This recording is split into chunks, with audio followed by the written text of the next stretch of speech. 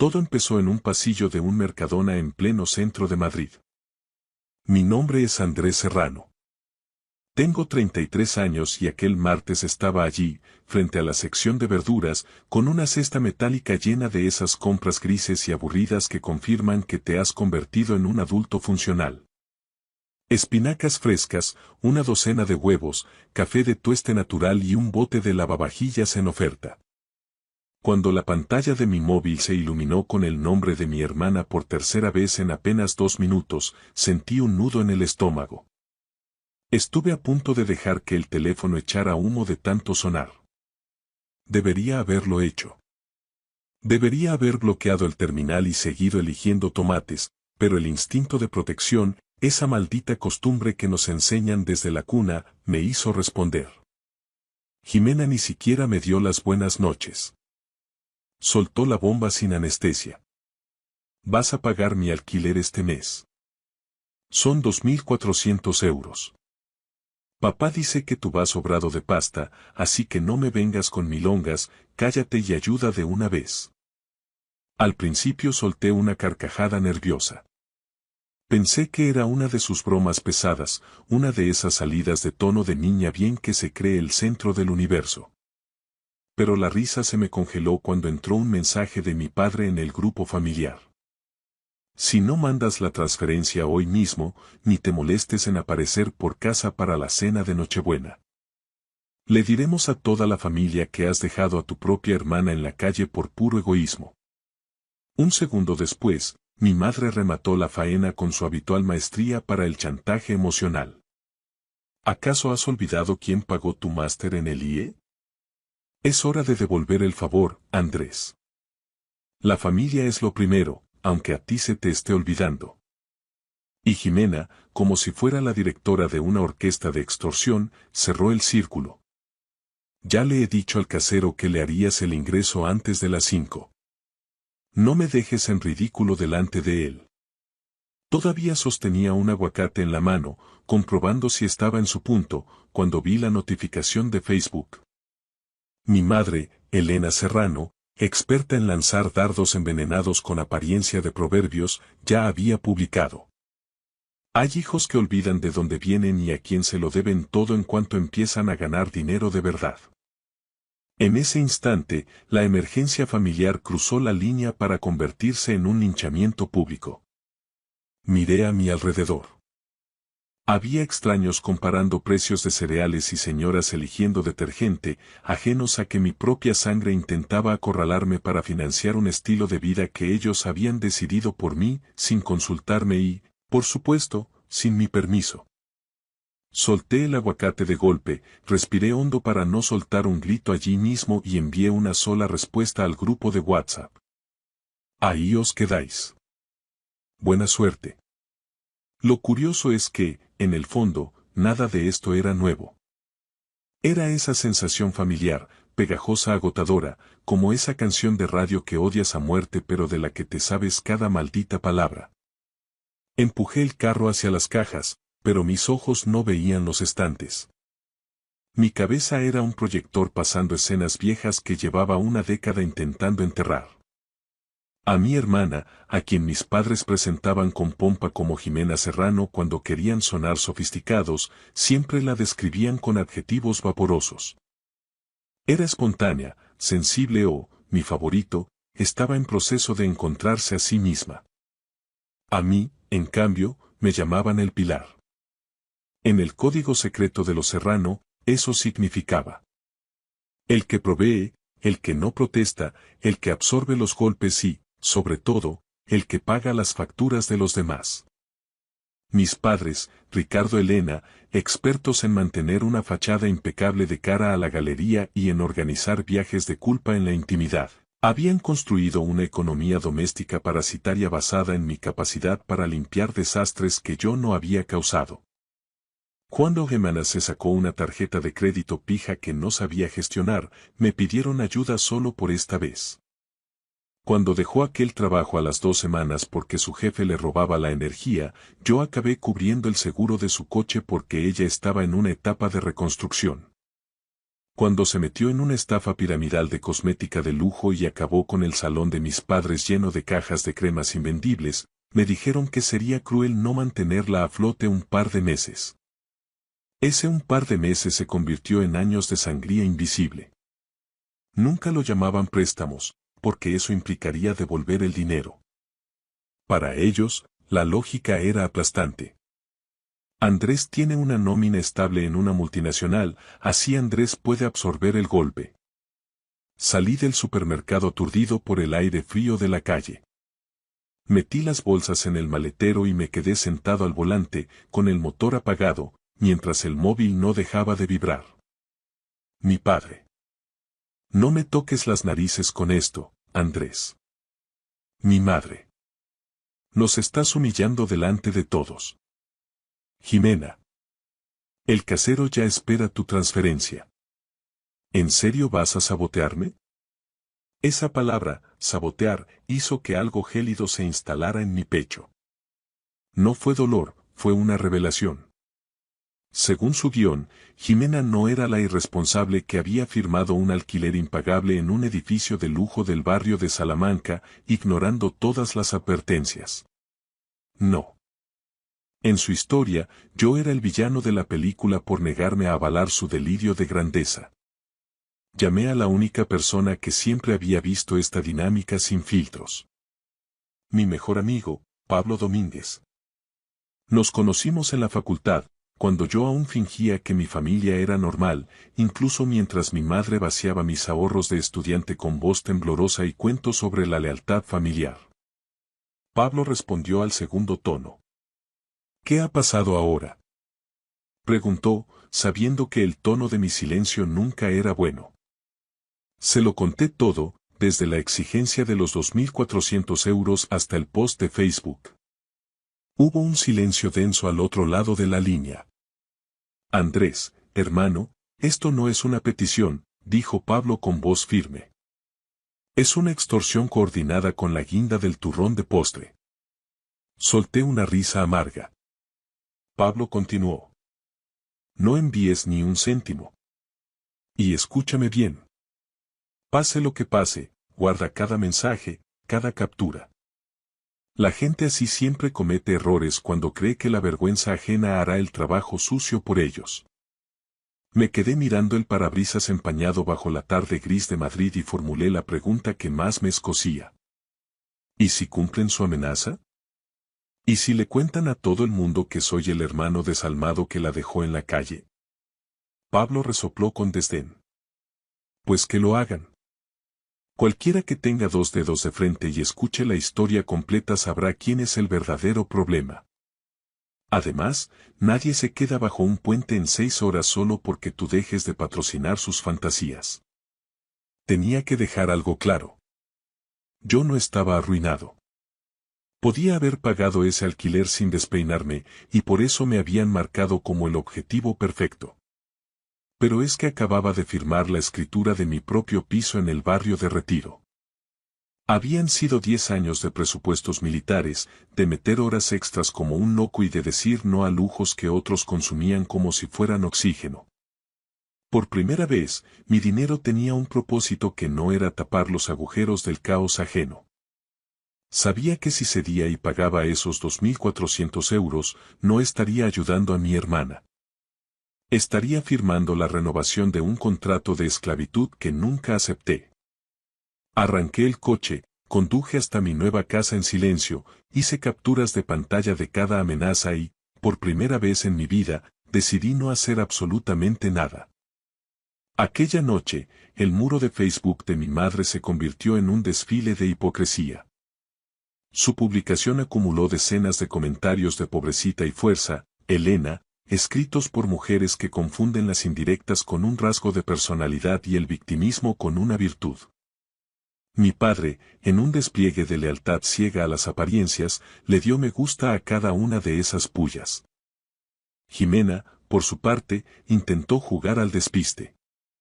Publicó una foto de unas copas de vino en una azotea de la Gran Vía de la semana anterior, todo muy postureo madrileño, pero la borró en cuanto sus amigas empezaron a preguntarle si le pasaba algo por los comentarios de mi madre. Yo mantuve un silencio sepulcral. En Madrid aprendes pronto que el silencio tiene una forma muy particular de hacer que los manipuladores griten cada vez más fuerte, y la gente que grita por desesperación es la que acaba cometiendo los errores más graves. A la mañana siguiente, descubrí hasta qué punto estaban dispuestos a forzar la máquina. Me desperté con 12 llamadas perdidas, un acoso en toda regla, y un mensaje de voz de mi padre que empezaba con esa calma fingida de padre de familia respetable y terminaba en un estallido de furia mal contenida. Andrés, coge el puto teléfono. No estamos para juegos de críos. Tu hermana ya tiene bastante estrés con lo suyo. Vas a solucionar esto hoy mismo o tendremos un problema serio. Me hice un café cargado, escuché el mensaje una vez, lo guardé en la carpeta de evidencias y me fui a la oficina. Soy analista senior de riesgos en una firma de seguros marítimos en la zona de Nuevos Ministerios. Mi día a día consiste en desmenuzar números, detectar patrones de fraude, evaluar responsabilidades civiles y prever consecuencias ocultas. Quizá por deformación profesional, finalmente vi a mi familia con la frialdad de un peritaje. No estaban pidiendo generosidad cristiana, estaban intentando hacerme una transferencia forzosa de su responsabilidad civil. Sobre las 11, mi hermana llamó desde un número que no tenía guardado. Respondí solo porque quería testear hasta dónde llegaba su audacia. ¿Pero de qué vas?, espetó ella, sin saludar siquiera. Le dije al administrador de la finca que los fondos vendrían de tu parte. Me ha dado de plazo hasta esta tarde solo por eso. No me jodas ahora, Andrés. Me eché hacia atrás en mi silla ergonómica y mantuve la voz plana, de manual de negociación. ¿Por qué narices le dirías a tu casero que yo iba a pagar tu alquiler sin haberme consultado antes? Resopló con esa arrogancia tan suya, como si yo fuera un empleado difícil que no entiende sus órdenes. Porque era de cajón que lo ibas a hacer. Papá dijo que te harías cargo. Mamá dice que nos lo debes por todo lo que han hecho por ti. Deja de ser tan dramático, haz el visum o la transferencia y acaba con esto. Ahí estaba la confesión. Ese sentimiento de superioridad moral donde mi esfuerzo era propiedad comunal. ¿Has puesto mi nombre en algún documento, Jimena?, pregunté, yendo directo a la yugular. Hubo una pausa de medio segundo. Demasiado larga para alguien inocente. No, soltó. Fue esa clase de mentira que suena como una puerta que no encaja al cerrar por mucho que la empujes. Colgué sin despedirme y le envié un SMS tajante. No vuelvas a usar mi nombre ni mis datos con tu casero. Avisada estás. Menos de una hora después, mi padre envió un mensaje al grupo familiar anunciando que, si se me ocurría aparecer en la cena de Nochebuena sin haber cumplido con mi deber, me tratarían como a un completo extraño. Mi madre añadió que se había sacrificado demasiado como para que yo me convirtiera en uno de esos tiburones de negocios egoístas que piensan que la familia es opcional. Casi lo ignoro, pero entonces mi tía Melissa, que siempre ha tenido un radar especial para las mentiras de mi madre, respondió en el grupo con un simple: ¿se puede saber qué está pasando exactamente? ¿De qué dinero habláis? Mi madre cambió de tema ipso facto con una anécdota sobre el perro, lo que me confirmó mi teoría. A mis padres les encanta la presión pública, pero solo cuando ellos controlan el relato de los hechos. A última hora de la tarde, recibí la llamada que cambió el tablero de juego. Un hombre se presentó como Daniel Ferrandis, el administrador del edificio de lujo donde Jimena se había encaprichado en vivir, en pleno corazón del barrio de Salamanca. Su voz era cortante, madrileña y extremadamente profesional. Señor Serrano, le llamo porque su hermana facilitó su contacto personal y profesional como avalista solidario en un formulario de garantía de pago. Estábamos esperando la transferencia de los atrasos hoy mismo antes del cierre de oficina. Cerré la puerta de mi despacho con cuidado. El pulso se me aceleró, pero de pura lucidez. Mire, señor Ferrandis, yo nunca acepté avalar nada. No he firmado ningún contrato, no he visto las condiciones y, por supuesto, no voy a pagar ese alquiler. El administrador guardó un silencio profesional y luego preguntó con cautela.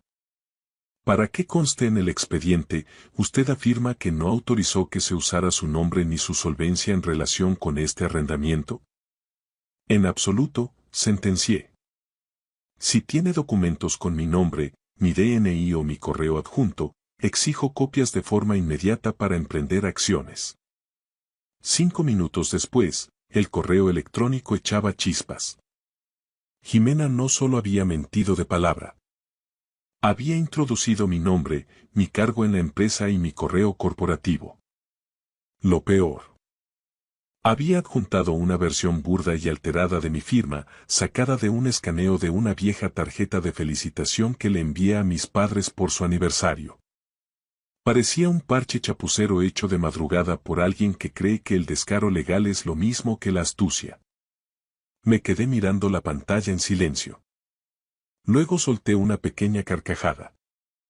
La audacia era casi elegante de lo ridícula que resultaba. No solo habían asumido que la rescataría, habían intentado preautorizar el rescate mediante una suplantación de identidad en toda regla. Reenvié todo a mi correo personal, luego a Pablo, y lo guardé en una carpeta en la nube que titulé simplemente Serrano S.A. Pablo llamó al instante. Dime que no estoy viendo lo que creo que estoy viendo. ¿Tu hermana ha falsificado tu firma para un contrato en el barrio de Salamanca? Andrés, eso es un delito de falsedad documental como una catedral. Lo estoy viendo yo también, Pablo. Ha usado mi nombre como avalista sin pestañear. Pablo exhaló lentamente al otro lado de la línea. Muy bien, se acabó el drama familiar de sobremesa. Esto ya entra en territorio penal. Se han pasado de frenada. No necesité que me convenciera. Respondí al administrador por escrito, con copia a mi abogado, declarando formalmente que la información era fraudulenta, que impugnaba cualquier asociación con esa garantía y que exigía la eliminación inmediata de mis datos del expediente. Añadí una frase final para que no quedara ni un resquicio de duda. No soy responsable de este contrato, de estos impagos, ni de ninguna declaración que mi hermana o mis parientes hayan hecho a su oficina. Cualquier intento de cobro será derivado a mi equipo legal. El administrador respondió en 15 minutos agradeciendo la aclaración y comunicándome que el asunto se escalaría al departamento jurídico de la propiedad de forma interna. No les dije nada a mis padres ni a Jimena. Quería ver qué pasaba cuando la máquina de manipulación que habían construido dejara de responder a la culpa y empezara a chocar de frente con los hechos legales. Esa misma noche, mi madre lanzó un segundo dardo en Facebook, una de esas frases de azucarillo sobre hijos que idolatran el becerro de oro pero olvidan el sacrificio de quienes les dieron la vida. Esta vez, el ecosistema familiar empezó a agitarse. Uno de mis primos, que suele mantenerse al margen de los dramas, soltó la pregunta que hizo saltar las alarmas. ¿Pero qué ha pasado? ¿Es verdad que Andrés ha avalado algo y ahora se echa atrás? La reacción de mi madre fue fulminante. Borró toda la publicación en menos de 20 minutos. El miedo a que la verdad ensuciara su narrativa de mártir era más fuerte que su deseo de notoriedad. Conduje hasta mi nuevo piso en Retiro, me serví un vaso de agua fría y experimenté una sensación inédita en medio de estas tormentas cíclicas de lo Serrano. No era el pánico asfixiante de otras veces, era una precisión quirúrgica, casi fría. Por primera vez en 33 años, su plan de asalto no chocaba contra mis emociones o mi sentimiento de culpa, chocaba contra el muro de piedra del papeleo y la legalidad. Faltaban apenas 48 horas para la cena de Nochebuena en casa de mis padres. Para entonces, la situación había pasado de ser una burda manipulación a una catástrofe inminente para todos, excepto para la única persona que, según su guión, debía absorber el impacto, yo. El viernes por la mañana, Daniel Ferrandis volvió a llamar. Esta vez su tono era menos rígido, casi cómplice, el de un profesional que agradece que alguien le hable con la verdad en un mar de embustes. Señor Serrano, gracias por la diligencia de su correo ayer. Hemos verificado internamente que usted no figura de forma legítima en el contrato y que la documentación del aval carece de cualquier validez legal. Hizo una pausa para enfatizar lo que venía. Su hermana se encuentra en una situación de impago técnico desde hace 2 meses, y las prórrogas que se le concedieron se basaron en declaraciones que ahora sabemos que eran radicalmente falsas. Hice la pregunta que cualquier analista de riesgos haría ante un activo tóxico. ¿Cuál es el siguiente paso de la propiedad? Ferrandis respondió con la cautela de quien ya ha agotado su paciencia. Jimena no solo había fallado en los pagos, había ignorado los burofaxes, violado un acuerdo de carencia temporal y, para colmo, pretendía sostener el engaño del avalista externo. Yo era la única razón por la que el fondo propietario no había ejecutado el desahucio por precario semanas atrás. Sin esa garantía, el proceso era ya imparable. No necesitó palabras dramáticas, en su tono profesional escuché el cierre definitivo de la puerta. 20 minutos después, mi padre llamó. Esta vez la rabia era tan volcánica que ni siquiera se molestó en fingir una estrategia. ¿Pero qué cojones le has dicho?, bramó antes de que yo pudiera articular palabra. La van a poner de patitas en la calle. El administrador dice que ha mentido en todo. ¿Cómo puedes hacerle esto a tu propia hermana, Andrés? ¿Qué clase de monstruo eres? La pregunta era casi cómica, viniendo de un hombre que llevaba 2 días amenazando con exiliarme de la familia si no financiaba el tren de vida de su hija predilecta en el barrio de Salamanca. He dicho la verdad, papá. Simplemente he aclarado que Jimena usó mi identidad y mi solvencia sin mi consentimiento. Eso tiene un nombre en el Código Penal. Empezó a soltar improperios. De fondo, como una banda sonora ensayada, oía los sollozos dramáticos de mi madre y a Jimena gritando que todo era culpa mía porque podría haber hecho lo correcto y salvarla. Me dieron ganas de reír. Al parecer, en el universo paralelo de los Serrano, cometer un fraude era lo correcto si se hacía entre parientes. Al ver que la ira no me doblaba, mi padre cambió de táctica. Bajó la voz a ese tono de herida profunda que tantas veces me había hecho claudicar en el pasado. Andrés, escúchame bien. Las familias de bien sobreviven apoyándose. Estás convirtiendo un roce privado en un problema legal que nos va a salpicar a todos. No, papá. Te equivocas de cabo a rabo. Jimena lo convirtió en un asunto legal el minuto exacto en el que falsificó mi firma. Yo solo estoy gestionando las consecuencias. Me colgó violentamente. Para el mediodía, mi teléfono era un vertedero de notificaciones. Mi madre me escribió que había destrozado el espíritu de la Navidad para siempre. Jimena me mandó un audio diciendo que si sus cosas terminaban en la acera por mi culpa, no me lo perdonaría ni en 1000 vidas. Pero el mensaje de mi padre fue el que más me reveló. Nos has avergonzado ante esa gente. No tenemos dónde meternos. Esa frase era la clave de todo. No era has herido a tu hermana o cómo arreglamos este desastre.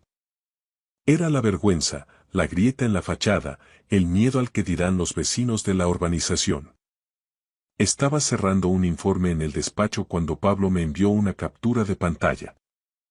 Un amigo de mis padres había compartido el post anterior de mi madre, asumiendo la versión de la madre coraje abandonada por el hijo desagradecido.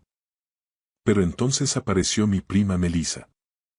Melissa tiene la energía de una fiscal de la Audiencia Nacional y una tolerancia cero para las tonterías de mis padres. Comentó en público, a la vista de todos.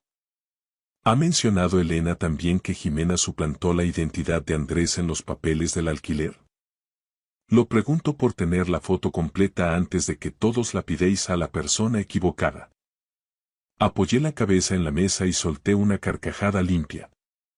La vergüenza pública, el arma nuclear que mis padres habían perfeccionado durante décadas, acababa de sufrir un fallo de sistema y les había estallado en la cara. A última hora de la tarde, las llamadas pasaron de ser sermones morales a gritos de socorro frenéticos. Jimena me dejó un mensaje de voz, hipando de tal manera que apenas se le entendía. Pero incluso entre lágrimas, tuvo la desfachatez de decir: si hubiera soltado la pasta como un hermano normal, nada de esto estaría pasando. Ni una sola vez dijo: siento haber usado tu nombre. Ni un atisbo de arrepentimiento por el delito. Nada. Cerca de las 4, Daniel Ferrandis llamó por última vez. Debido a la gravedad de la falsedad documental y al montante de la deuda, la propiedad se negaba a conceder ni un minuto más. Se le había comunicado a Jimena que debía desalojar la vivienda de forma inmediata para evitar que se añadiera una denuncia formal por estafa al expediente. Sus pertenencias, me dijo Ferrandis con una delicadeza casi irónica, estaban siendo retiradas porque ella se negaba a colaborar y se dedicaba a gritar por el balcón que su hermano, esa víbora corporativa, le había arruinado la existencia. Le di las gracias y colgué. Pocos minutos después, mi padre envió el mensaje definitivo, ese que envía a alguien cuando se da cuenta de que la intimidación ha fallado, pero el orgullo le impide pedir perdón. Coge el teléfono ahora mismo. ¿Qué cojones le has dicho a esa gente? Están sacando sus cosas a la calle ahora mismo.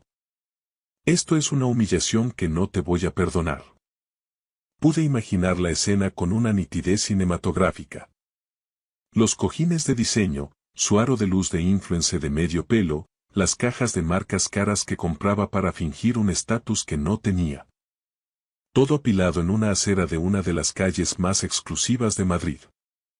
Mi madre llorando sobre un pañuelo de seda y mi padre intentando, desesperadamente, recuperar el control de una situación donde su autoridad ya no valía nada frente a la cruda realidad de un contrato incumplido. No respondí de inmediato a las provocaciones del grupo de WhatsApp. En su lugar, hice la única llamada que me quedaba como refugio. Mi tía Melisa, la oveja negra oficial de los Serrano porque siempre ha tenido la mala costumbre de pensar por sí misma antes de elegir bando. Le conté la versión sin filtros, la de los hechos, y le envié por correo toda la documentación del administrador. 10 minutos después, me devolvió la llamada con una voz que sonaba a sentencia. Andrés, hijo, no permitas que reescriban esta historia a su conveniencia. Se han buscado este rincón ellos solitos. Ten la cabeza fría. Aquellas palabras me supieron a gloria, como un escudo antes de la batalla. Esa misma noche, a pesar de las amenazas de exilio, conduje mi coche hacia la zona de la sierra, donde mis padres tienen el chalet, para la cena familiar. Estaba harto de que me trataran como a un rehén emocional en mi propia casa. Llegué con una bandeja de dulces de una de las mejores pastelerías de Madrid, la cara lavada, una calma que me sorprendía a mí mismo y una carpeta de cuero negra en el maletín. Nada más cruzar el umbral, el aire se podía cortar con un cuchillo. Mi madre tenía los ojos como dos tomates de tanto llorar, mi padre parecía haber envejecido un lustro de pura bilis acumulada. Y Jimena, a la que por lo visto habían acogido de urgencia tras el espectáculo del desahucio, estaba ovillada en el sofá con una manta de mohair, fingiendo la fragilidad de una viuda de guerra en un conflicto que ella misma había bombardeado. Nadie me dio las buenas noches. Mi padre, con esa autoridad marcial que usa cuando se siente acorralado, señaló el comedor con la barbilla. Tenemos que hablar, Andrés. Ahora mismo. Me parece perfecto, respondí dejando el abrigo en el perchero. Yo también tengo un par de cosas que decir. Por primera vez en mi vida, no entraba en esa casa con el escudo en alto para defenderme, entraba con las pruebas del delito. La tormenta estalló antes incluso de que el asado llegara a la mesa. Mi padre cerró las puertas dobles del comedor como si estuviera intentando contener un escape radiactivo. Mi madre se sentó en un extremo, estrujando un pañuelo entre las manos. Jimena se sentó frente a mí, con los brazos cruzados y la barbilla apuntando al techo, irradiando esa clase de indignación tóxica que solo las personas que jamás rinden cuentas son capaces de mantener en medio de un desastre total. Mi padre disparó primero. Podrías haber resuelto esto con discreción, en privado, como caballeros. En lugar de eso, te has dedicado a humillar a tu hermana, a tu madre y a mí delante de extraños. ¿Estás orgulloso? Abrí el maletín con parsimonia, saqué el formulario de avalista impreso y lo deslicé por la mesa de caoba hasta que quedó justo delante de él. Con una voz gélida, pregunté. ¿Te refieres a antes o después de que Jimena suplantara mi identidad en los papeles del alquiler? ¿O quizá te refieres a antes o después de que mamá intentara lincharme públicamente en Facebook? ¿O tal vez a antes o después de que me amenazaras con prohibirme la entrada a esta casa si no financiaba vuestros delirios? Mi madre intentó la maniobra de distracción emocional, su especialidad de la casa. Andrés, cielo, por favor. Esto se nos ha ido de las manos a todos. Nadie quería hacerte daño, de verdad. Éramos una familia desesperada. La miré fijamente, sin pestañear. Mamá, publicaste calumnias sobre mí en redes sociales sin dar mi nombre, solo para que tus amigas te dieran la razón sin conocer los hechos. Eso no es desesperación, es mala fe. Eso es intentar destruirme para doblarme el brazo. Jimena saltó como un resorte. Ay, por favor. ¿Puedes dejar de hacerte el mártir? La que se iba a quedar en la calle era yo. Yo soy la víctima aquí. Me giré hacia ella con una lentitud que la puso nerviosa. ¿Y de quién fue la brillante decisión de alquilar un piso de lujo con portero físico, gimnasio y acabados de primera en el barrio de Salamanca con unos ingresos que no daban ni para el abono transporte? Le espeté. ¿De quién fue la decisión de mentirle al casero asegurando que yo pagaría? ¿De quién fue la decisión de falsificar mi firma en un documento de garantía? Abrió la boca para protestar, pero no la dejé respirar. Estaba desesperada. Gritó ella, y por un segundo, solo uno, su voz sonó real. No tienes ni puta idea de lo que se siente al tener miedo cada fin de mes. Aquello casi me ablanda, pero entonces soltó la frase que lo arruinó todo. Y además, me lo debes. Me lo debes por todo lo que te hemos dado. Me quedé incrédulo, parpadeando ante tal nivel de distorsión de la realidad. ¿Que yo te lo debo? ¿Exactamente qué te debo yo a ti, Jimena? Mi padre intervino antes de que ella se hundiera más, lo que me confirmó que había un pacto implícito que yo nunca había aceptado. Tu hermana también ha renunciado a muchas cosas, Andrés. La familia decidió apostar por ti financieramente porque tú eras el estable, el que tenía cabeza. Jimena. Bueno, ella tiene otros talentos, otra sensibilidad. Pablo habría pagado una fortuna por estar grabando esa frase. Dije, midiendo cada sílaba. Otros talentos es una forma poética y repugnante de describir una irresponsabilidad patológica crónica.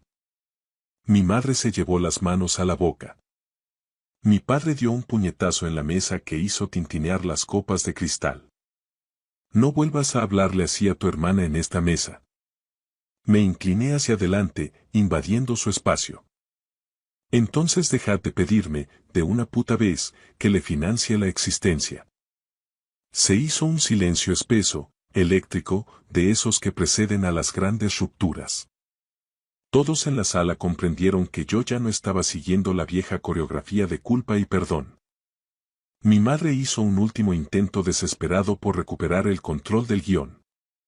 Hicimos tanto por ti, Andrés. Susurró con lágrimas de cocodrilo. Pagamos tus estudios en el IE. Apoyamos tu carrera cuando nadie creía en ti. Confiamos en tu éxito. Sabía que esa bala vendría desde que estaba en el pasillo del Mercadona. Me ayudasteis, admití, y os estuve profundamente agradecido. Pero luego yo mismo me encargué de liquidar los créditos bancarios. Luego pagué de mi bolsillo el descubierto de vuestro IBI hace 2 inviernos para que no os embargaran. Luego cubrí la factura del dentista de Jimena. Luego os presté aquel dinero para la reparación urgente de la cocina que, por arte de magia, se convirtió en una nevera americana y muebles nuevos para la terraza. Hice una pausa dramática, recorriendo sus rostros con la mirada. ¿En qué cifra exacta, papá, dejo de ser tu hijo para convertirme en un fondo de compensación a fondo perdido? Mi padre se quedó mudo, no porque no estuviera de acuerdo, sino porque ver la aritmética de su manipulación puesta en voz alta le resultaba insoportable. Jimena puso los ojos en blanco con un desprecio fingido. Siempre llevas la cuenta de todo, qué asco de tío. No, respondí con una sonrisa amarga. Llevo los recibos. Hay una diferencia legal y moral muy grande. Puse una segunda carpeta sobre el mantel. Transferencias bancarias, capturas de pantalla de Bizum, justificantes de cheques. Notas que decían emergencia, préstamo temporal, solo hasta el mes que viene. Mi madre miraba los papeles como si fueran jeroglíficos. Mi padre ni se atrevió a tocarlos. Jimena echó un vistazo de reojo y desvió la vista hacia la ventana. Yo no te pedí todo eso directamente. No, pero lo aceptaste todo. Y el resto lo pidieron ellos en tu nombre. Sea como sea, el dinero siempre ha fluido en una única dirección. De mi cuenta a vuestros caprichos. En ese momento, mi tía Melissa, que había decidido que las puertas cerradas y el protocolo familiar eran opcionales cuando había tanta hipocresía junta, entró en el comedor sin previo aviso. Traía una fuente de guarnición y la energía de quien ha venido a poner orden. Espero no interrumpir este simposio de la culpa, soltó con sarcasmo. Nadie la había invitado, pero nadie se atrevió a echarla. En realidad, añadió mirando fijamente a mis padres, creo que Andrés se merece tener testigos de calidad. Mi padre se levantó, indignado. Melissa, esto es un asunto privado de los Serrano. Se convirtió en un asunto de la comunidad madrileña cuando Elena empezó a soltar veneno por Facebook y tú, Ricardo, empezaste a llamar a medio árbol genealógico buscando palmeros que te dieran la razón, replicó ella cruzándose de brazos. Mi madre rompió a llorar de nuevo, esta vez con hipos. Jimena también empezó a sollozar, pero de esa forma airada y teatral en la que cada lágrima suena como una amenaza de suicidio. Y entonces, cegada por la rabia, soltó la verdad definitiva. Vale, joder. Sí, usé el nombre de Andrés porque todo el mundo daba por hecho que él pagaría de todas formas. Así es como funciona esta familia siempre y punto. Nadie se movió durante 3 segundos que parecieron eternos. Ni yo, ni mis padres, ni siquiera Melissa. Ahí estaba, al desnudo. Toda la estructura podrida de los Serrano resumida en una frase. Así es como funciona siempre. Miré a mi padre. ¿Has oído eso, papá? Él se frotó la sien, derrotado, y no dijo nada. Miré a mi madre. ¿Y tú, mamá? ¿También vas a decir que fue un malentendido? Ella solo susurró el nombre de Jimena, como si el tono de voz pudiera rebobinar la confesión, pero el cristal ya estaba roto. Yo ya no necesitaba que admitieran el patrón de abuso. Jimena acababa de firmar su propia confesión. Y una vez que la verdad se pronuncia con esa claridad en una habitación llena de gente, el peso de la negación se vuelve una carga demasiado pesada, incluso para los maestros del engaño como mis padres. Esa humillación debería haber bastado para cerrar la noche. Pero los sistemas familiares madrileños, especialmente los que se alimentan del que dirán y del derecho a explotar al hijo más capaz, rara vez colapsan con elegancia. Se retuercen como una fiera herida. Y Jimena, acorralada por la evidencia, todavía guardaba un as en la manga que creía que podría destruirme. Se limpió las lágrimas con un gesto brusco, se irguió en la silla con esa altanería de quien se sabe protegida por los padres y recurrió al último refugio de los manipuladores. Buscar un arma en el lodo del pasado. ¿De verdad quieres que todo el mundo sepa quién eres, Andrés? Soltó con una sonrisa gélida. Muy bien, hablemos de aquel verano en la sierra. Hablemos del dinero que desapareció del sobre de mamá y de cómo fingiste que no había sido tú. Mi madre contuvo el aliento, llevándose la mano al pecho. Mi padre levantó la vista, clavándola en mí con una mezcla de decepción antigua y esperanza de contraataque. Melissa frunció el ceño, confundida. Yo, sin embargo, me quedé inmóvil. La acusación no me golpeó con la fuerza que Jimena esperaba, sonó como un trasto viejo, barato y oxidado sacado de un trastero. Adelante, le dije con una calma que la descolocó. Cuéntalo. Pero cuéntalo bien, sin saltarte los detalles incómodos. Esperaba pánico, una súplica, un por favor, eso no. Encontró permiso. Robaste en casa de tus propios padres, insistió ella, alzando la voz para que se oyera en toda la planta. Más alto, Jimena. Que se entere hasta el apuntador. Siempre has sido de digna, pero vamos a refrescar la memoria colectiva. Asentí una vez, mirando fijamente a mi padre. Tenía 17 años. Mamá había apartado el dinero en efectivo para pagar el recibo de la luz y el agua antes de que nos cortaran el suministro. Jimena, que ya entonces vivía por encima de sus posibilidades, se había quedado en descubierto otra vez.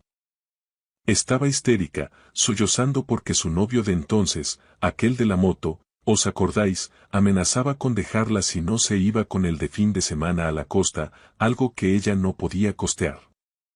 Papá estaba de viaje de negocios. Mamá estaba convaleciente, dormida por la medicación tras una cirugía dental. Hice una pausa para que el silencio pesara. Jimena me suplicó que la ayudara. Juró por lo más sagrado que devolvería el dinero al sobre antes de que mamá despertara o de que llegara el cobrador. No lo hizo. Cuando llegó el aviso de corte de luz, yo cargué con el muerto. Y tú, papá, me dijiste en el despacho que era mejor que un hijo admitiera una chiquillada a que la armonía familiar se rompiera por culpa de la irresponsabilidad de Jimena. Me pediste que mintiera para proteger su imagen. Nadie se movió. Mi madre parecía estar a punto de desmayarse. Mi padre se quedó hipnotizado por el dibujo del mantel de hilo, como si estuviera viendo pasar un fantasma por la habitación. Jimena abrió y cerró la boca, buscando una réplica que no llegaba. No fue exactamente así. Balbuceó con una voz que ya no engañaba a nadie. Melissa intervino antes de que yo pudiera abrir la boca. Pues suena a calco de lo que ha pasado esta semana en el barrio de Salamanca. El mismo perro con distinto collar. Mi padre intentó desesperadamente recuperar el mando de la mesa. Eso fue hace 1000 años, Andrés. No vamos a ponernos ahora a juzgar errores de juventud. Agua pasada no mueve molino. Me reí, y fue una risa seca, desprovista de cualquier afecto. ¿Errores de juventud? No, papá. Aquello fue el entrenamiento para el patrón de abuso que habéis repetido sistemáticamente hasta que he cumplido los 30. Sentí como años de silencio autoimpuesto se transformaban en una marea de palabras incontenibles. Papá, ¿te acuerdas de cuando renuncié a mi semestre de Erasmus en Londres porque Jimena necesitaba apoyo emocional tras dejar su curso de nutrición al mes de empezar? Mamá, ¿te acuerdas de cuando me rogaste que retrasara mi mudanza al piso de retiro porque Jimena no soportaba ser la única hija soltera viviendo con vosotros y eso le causaba ansiedad? ¿Alguno de los dos recuerda haberme llamado dramático o pesetero cuando os dije que me sentía más como una caja de ahorros que como un hijo? Mi madre rompió a llorar con más fuerza. Mi padre balbuceó que solo intentaban mantener a la familia unida en los momentos difíciles. No, sentencié. Estabais intentando mantener a Jimena cómoda a costa de mi espalda. Punto. La habitación se quedó en un silencio tan absoluto que el pitido del temporizador del horno en la cocina sonó como un disparo.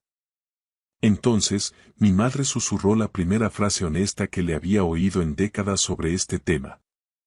Nos apoyamos en ti porque sabíamos que tú sobrevivirías a lo que fuera. Que eras el fuerte. Ahí estaba la clave. No era por justicia, ni por amor equilibrado, era porque yo era el material de construcción que ellos confiaban en que aguantaría el peso del edificio sin resquebrajarse. Algunas familias coronan a un hijo de oro, otras, como la mía, construyen un ídolo de barro y sacrifican al otro para sostener la estructura. Jimena parecía agitada, pero no arrepentida. La gente adora pensar que una confrontación honesta produce una epifanía instantánea en la vida real, solo produce mejores excusas. Yo nunca pedí ser la favorita, murmuró ella, mirando su copa de vino. No, respondí, simplemente te limitaste a cobrar los cheques y a falsificar las firmas. Mi padre se levantó y empezó a caminar por el comedor, inquieto. ¿Qué es lo que buscas, Andrés? ¿Una disculpa?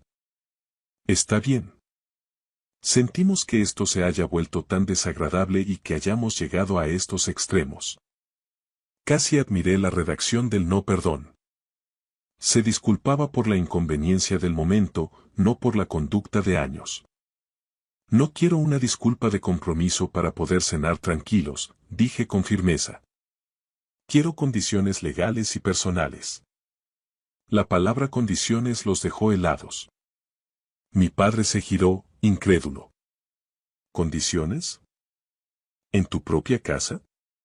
Sí. Dado que esta familia ha operado como una institución financiera con una gestión delictiva durante años, vamos a dejar las cosas claras. No voy a pagar ni un céntimo del alquiler de Jimena. No voy a avalar, garantizar ni cubrir ninguna deuda contraída sin mi consentimiento expreso por escrito. No voy a responder a chantajes en grupos de WhatsApp diseñados para lincharme. Y, sobre todo, no voy a tolerar que se use mi nombre ni mi cargo profesional en ningún documento, público o privado. Si vuelve a ocurrir, lo trataré con la misma frialdad legal con la que he tratado al administrador de Salamanca. Jimena se burló con una risa quebradiza. ¿De verdad serías capaz de denunciar a tu propia sangre, Andrés? ¿Llegarías a eso? Si vuelves a suplantar mi identidad, no tendré que hacerlo yo, respondí. Simplemente dejaré de protegeros de las consecuencias de vuestros actos. Y créeme, el mundo real es mucho menos paciente que yo. Aquello golpeó más fuerte que cualquier insulto. La protección, que no el amor, ni el deber, había sido la moneda real que yo había suministrado durante años. Protección contra las malas decisiones, los recargos bancarios, la vergüenza social ante los vecinos y la pura y dura realidad. Mi madre susurró, con un hilo de voz. ¿Y qué va a hacer de ella? ¿A dónde se supone que va a ir Jimena ahora? Melissa respondió por mí, sin soltar los cubiertos. A un sitio que se pueda permitir con su propio esfuerzo, Elena.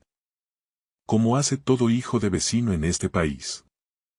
Entonces, me suavicé un poco. A diferencia de ellos, mi intención no era aniquilar a nadie, sino demoler un sistema tóxico. La ayudaré, pero de formas que no impliquen dinero en efectivo ni avales, dije. Pagaré 3 sesiones con un asesor financiero serio para que aprenda a gestionar lo que gane. La ayudaré a rehacer su currículum y le dedicaré un sábado entero a buscar un piso acorde a su realidad. Pero se acabó financiar el caos. El grifo está cerrado. Jimena me miró con un odio profundo, más que si le hubiera gritado. Lo entendí todo en ese instante. La ayuda nunca fue el objetivo. El objetivo era el control, el acceso ilimitado a mi esfuerzo. Mi padre se hundió en su silla, derrotado. Mi madre se cubrió la cara con las manos. Melissa se mantuvo en un silencio sepulcral. Y entonces ocurrió el cambio definitivo. ¿Andrés? Preguntó mi padre con una voz quebrada. ¿De verdad guardaste todos los recibos y todos los mensajes de estos años? Todos, papá. ¿Todos? Repitió, como si intentara asimilar la magnitud de su propia deuda moral. Asentí lentamente. Él bajó la cabeza, como un hombre que por fin comprende el coste real de la historia que se ha estado contando a sí mismo para dormir tranquilo. Aquella cena de Nochebuena fue lo más surrealista que he vivido. Comimos, porque en España el mundo puede venirse abajo, pero nadie se salta una comida familiar en fiestas. Pero el velo se había rasgado. Cada tintineo del tenedor, cada plato que pasaba de mano en mano, cargaba con el peso de la verdad expuesta. Mi madre apenas probó bocado. Jimena removía la comida sin mirarme. Melissa pedía más guarnición con la flema de quien ha cumplido con su deber en una zona de guerra. Y yo me senté allí, sintiendo que algo inesperado florecía entre las ruinas de la cena. No era triunfo, era algo mucho mejor. Un alivio profundo y un pulso tranquilo. Porque una vez que un mito familiar se rompe ante testigos, solo puede sobrevivir si tú permites que sigan alimentándolo. Y yo, por fin, me había despertado lo suficiente como para dejar de ser el cómplice de mi propia explotación. Las consecuencias de aquella Nochebuena fueron mucho más desordenadas que el propio enfrentamiento, pero también resultaron ser mucho más reveladoras. Durante las 2 semanas siguientes, la narrativa oficial de Los Serrano intentó mutar en 3 versiones distintas antes de rendirse ante la única que podía sobrevivir al contacto con los documentos. La verdad. Primero, mis padres intentaron la táctica de la falta de comunicación. Mi madre llamó a medio árbol genealógico asegurando que Jimena había entendido mal una urgencia y que yo, pobre de mí, había reaccionado de forma exagerada por el estrés del trabajo. Ese relato murió en el acto en cuanto la tía Melissa reenvió el formulario de avalista falsificado y los mensajes de amenaza de mi padre a los mismos parientes que ellos intentaban reclutar. En Madrid, el cotilleo vuela, pero las pruebas por WhatsApp vuelan más rápido. Segundo, Jimena probó con la versión de la dificultad temporal en redes sociales. Publicó una serie de stories con frases vagas sobre la traición y cómo la ambición de los hombres corrompe los valores de la sangre. El drama le duró hasta que una de sus antiguas compañeras de piso soltó la bomba en comentarios. ¿Pero no te pagó Andrés también las cuotas del coche y la fianza del anterior? Cuéntalo todo, reina. Borró la publicación en menos de 5 minutos y se sumió en un silencio digital absoluto. Tercero, mi padre intentó aferrarse al asunto familiar privado. Podría haber funcionado si no se hubiera pasado la semana anterior llamando a tíos y primos para pintarme como un avaro sin corazón. Para cuando quiso recoger cable, el daño a su propia reputación ya estaba hecho. Los parientes habían entendido la historia real. Esperaban que yo pagara porque siempre lo había hecho, y al cerrarse el grifo, la maquinaria que sostenía su estatus quedó al desnudo. Las consecuencias no fueron cinematográficas, pero fueron mejores. Fueron prácticas, sociales y permanentes. Jimena perdió su acceso al edificio de lujo del barrio de Salamanca, como era lógico, pero lo que más le dolió fue perder el prestigio ante su círculo de amistades pijas. Resulta muy difícil seguir vendiéndote como una gurú del bienestar aspiracional cuando tus pertenencias han pasado una tarde entera amontonadas en una acera madrileña, junto a un aro de luz de oferta y 3 láminas enmarcadas con frases sobre atraer la abundancia. La realidad es un juez muy severo. Incluso uno de los centros donde daba clases de yoga redujo discretamente su horario después de que la gerencia se enterara, por puro chismorreo de vestuario, de la historia de la firma falsificada. En ciertos niveles de Madrid, la falta de ética es el único pecado que no se perdona si te pillan. Mis padres no quedaron arruinados, pero sufrieron algo que a la gente como ellos les escuece más. Se volvieron cautos. Dejaron de dar lecciones de moral sobre la lealtad familiar porque aprendieron que, ahora, alguien podía pedirles detalles incómodos. Mi madre dejó de publicar indirectas en Facebook. Mi padre dejó de llamarme para darme órdenes y pasó a enviarme mensajes dubitativos que empezaban con un Andrés, cuando tengas un momento, llámame. Para nuestra dinámica, eso equivalía a un terremoto de escala 8. En cuanto a mí, cumplí mi palabra a rajatabla. No envié ni un céntimo. Sin embargo, le mandé a Jimena por correo la tarjeta de un asesor financiero de confianza, Una aplicación de control de gastos y 3 anuncios de pisos modestos pero dignos cerca de un par de gimnasios que buscaban instructores. Me ignoró durante 6 días. Al séptimo, recibí una respuesta de una sola línea. Yo no he pedido caridad. Casi me río otra vez. Los límites siempre le parecen crueldad a la persona que se beneficiaba de tu falta de ellos. Pero la realidad acaba imponiéndose. Una semana más tarde, usó uno de los contactos de los pisos. Un mes después, se mudó a un estudio pequeño en una zona mucho menos glamurosa. Sin portero físico, sin mármol, sin fantasía, solo un alquiler que realmente podía cubrir con su trabajo. No estamos unidos ahora. No sé si volveremos a estarlo nunca. Ella sigue convencida de que yo la expuse ante el mundo. Yo sé que ella se expuso sola y que simplemente odia que yo dejara de ocultar las pruebas del naufragio. Mi relación con mis padres ha cambiado de forma lenta y extraña. El domingo pasado, mi madre me llamó y, por primera vez en la vida, me preguntó cómo iba la decoración de mi nuevo piso en Retiro antes de soltarme cualquier drama familiar. Mi padre, por su parte, acabó admitiendo en un momento de lucidez que siempre había dado por hecho que yo estaría bien pasara lo que pasara. Esa suposición de invulnerabilidad lo había vuelto descuidado y cruel conmigo. No fue la disculpa perfecta que sale en las películas, pero fue lo más parecido a una verdad honesta que he recibido de él en 30 años. Lo acepté sin fingir que el pasado se borraba con un borrador mágico. Y es que hay algo que la gente no entiende en estas historias. El objetivo final no es siempre la reconciliación lacrimógena. A veces, la verdadera victoria es estructural. Es conseguir que la manipulación deje de ser efectiva. Es cerrar la tubería de las emergencias crónicas. Es que la persona de la que todos dependían para absorber los golpes deje de estar disponible para el maltrato. Cuando eso ocurre, los demás no tienen más remedio que enfrentarse a la realidad con todo su peso.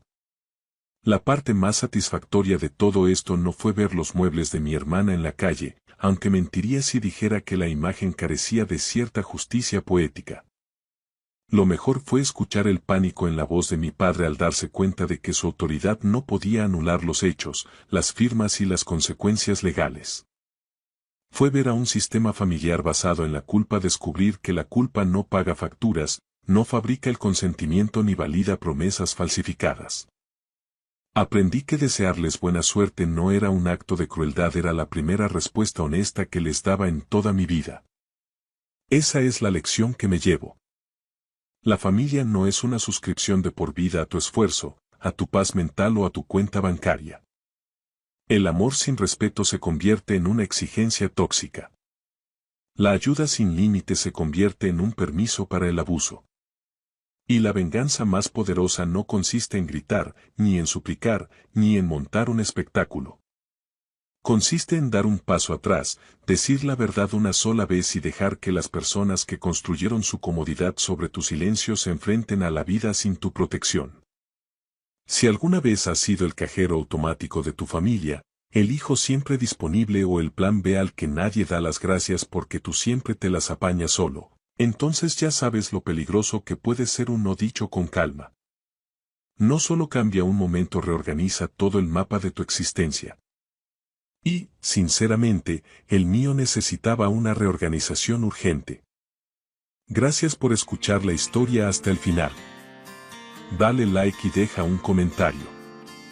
Suscríbete al canal y activa la campana para no perderte la próxima historia. Les deseo todo lo mejor.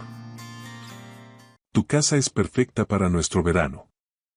Nos vendremos todos durante 6 semanas, anunció mi prometida con esa sonrisa radiante y natural que usaba cuando quería que algo sonara inofensivo. Su madre, Adela, ni siquiera se molestó en fingir que era una pregunta.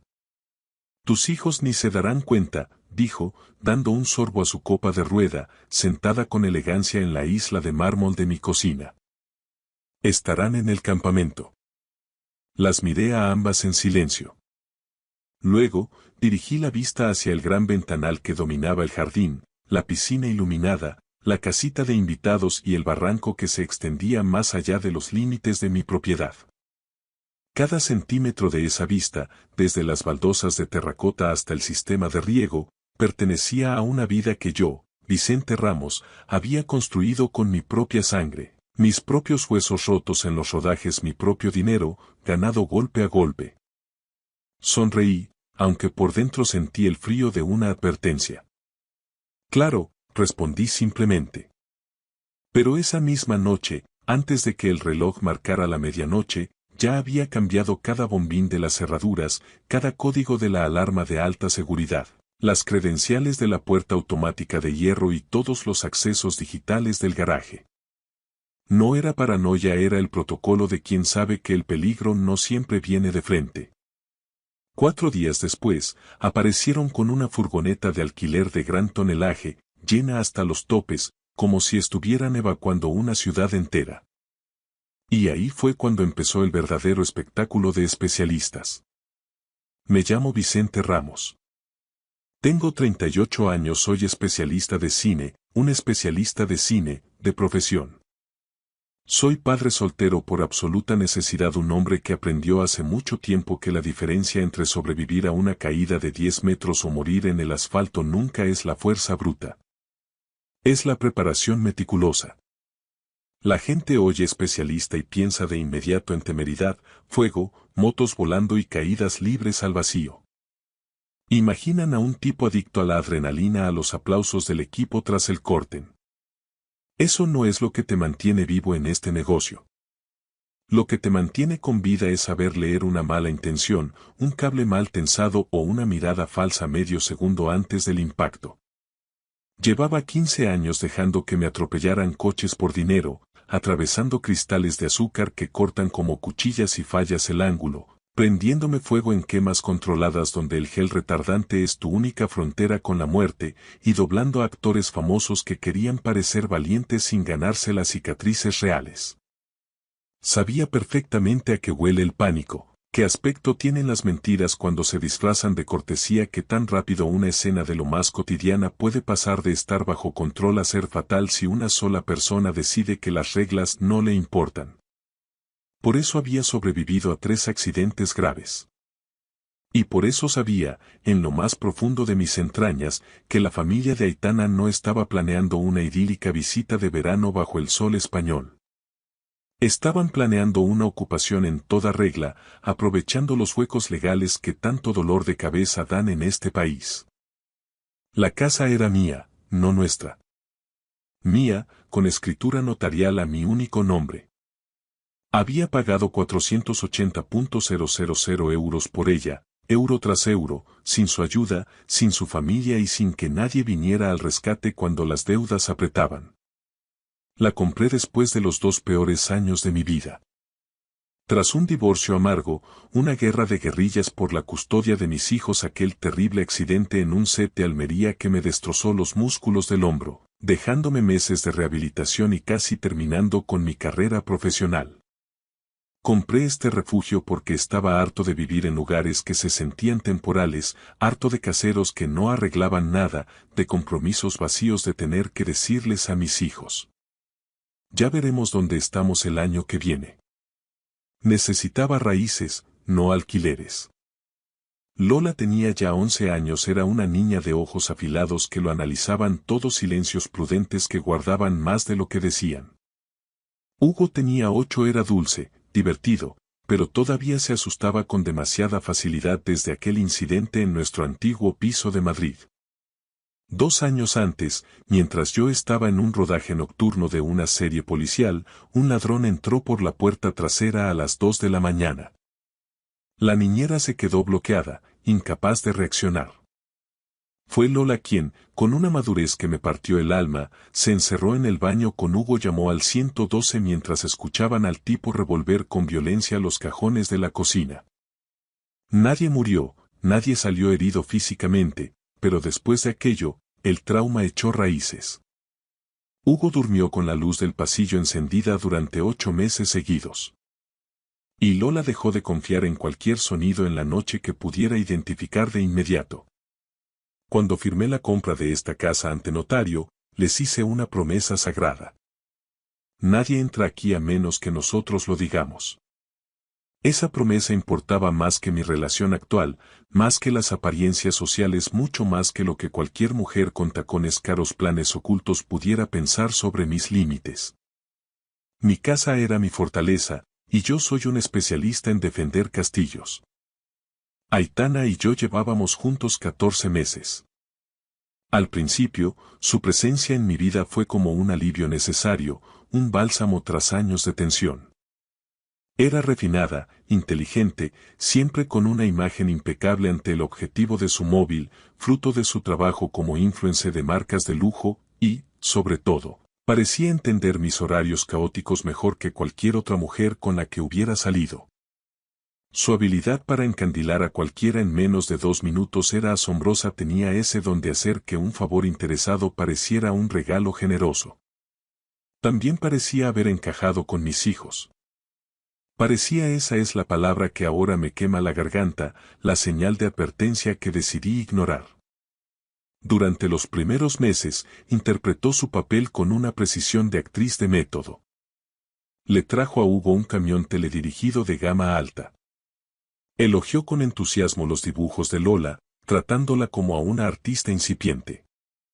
Me decía constantemente cuánto admiraba que hubiera sido capaz de construir una vida tan sólida y estable después de todo el barro que me había tocado tragar.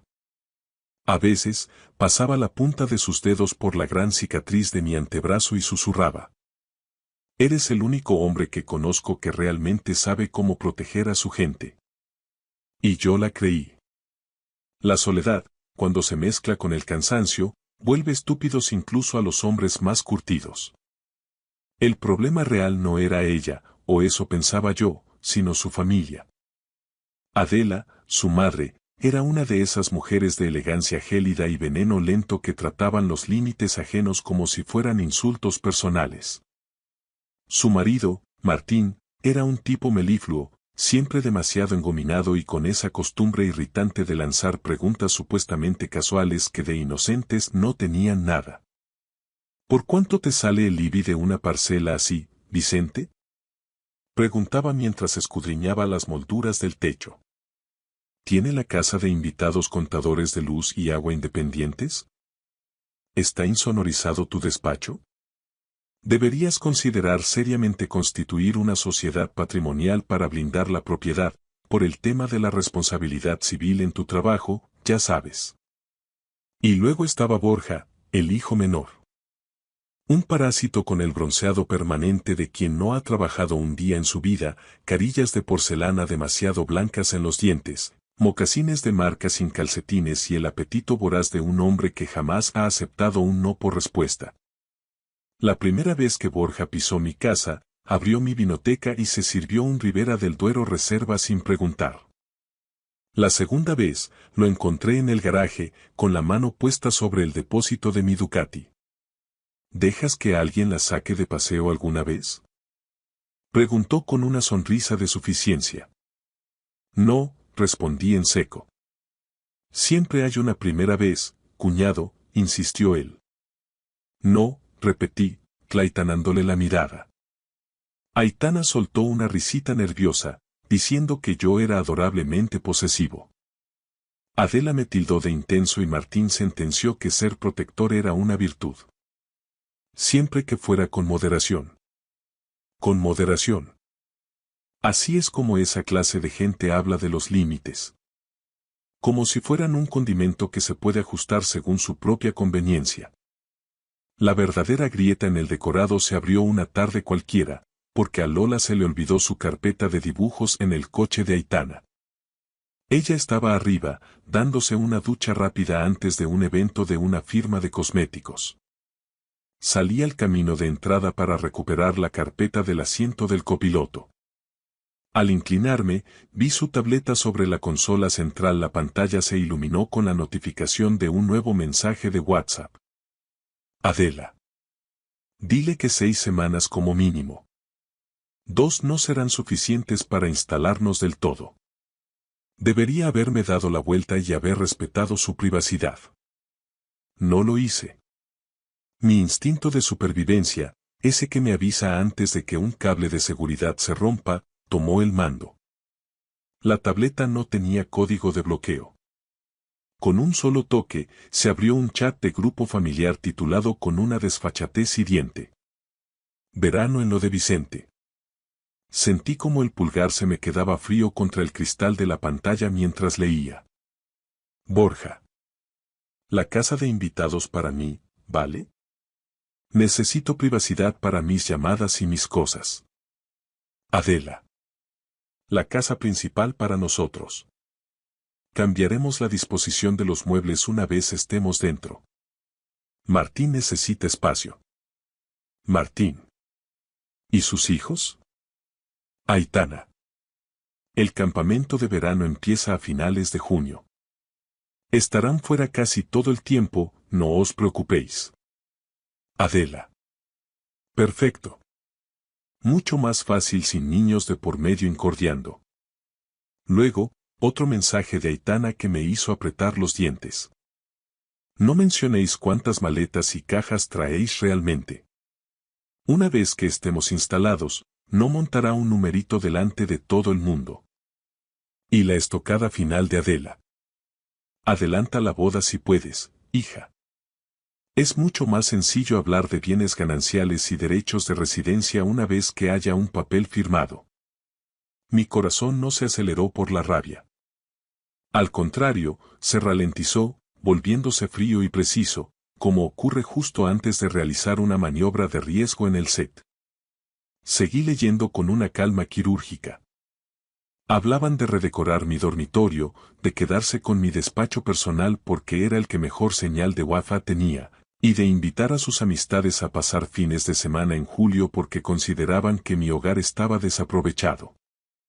Adela se quejaba de que mi cocina necesitaba un laitanado de cara y Borja escribía que mi casa estaba básicamente vacía durante los meses de calor. Entonces Martín escribió algo que me erizó el vello de la nuca. Pídele que deje la puerta del despacho abierta. Que no lo haga raro con las llaves. Mi despacho no era solo un lugar de trabajo. Contenía una caja fuerte empotrada. Y no guardaba en ella dinero en metálico ni relojes de lujo. Guardaba justicia. Un año atrás, mi mejor amigo y compañero, Nacho, había muerto en un rodaje en Almería durante una maniobra de vuelco que yo mismo había supervisado en los ensayos. Oficialmente, el informe decía que fue un fallo imprevisible del equipo.